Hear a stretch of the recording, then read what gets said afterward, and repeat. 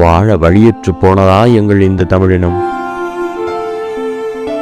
உங்களை இந்த புதையொளிக்குள் பூட்டி சாவியை தொலைத்தவன் எவன்?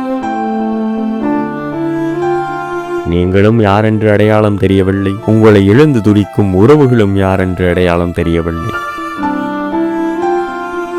உங்களுக்கு என்ன நடந்ததென்றும் தெரியவில்லை. எப்போது இது நடந்ததென்றும் தெரியவில்லை. எந்த யமலோகவாசி உங்களை இப்படி செய்தான் என்றும் தெரியவில்லை. இப்படி எங்களுக்கு விடை தெரியாத அத்தனை கேள்விகளுக்கும் விடை தெரியும் நாள் விரைவில் வரும்.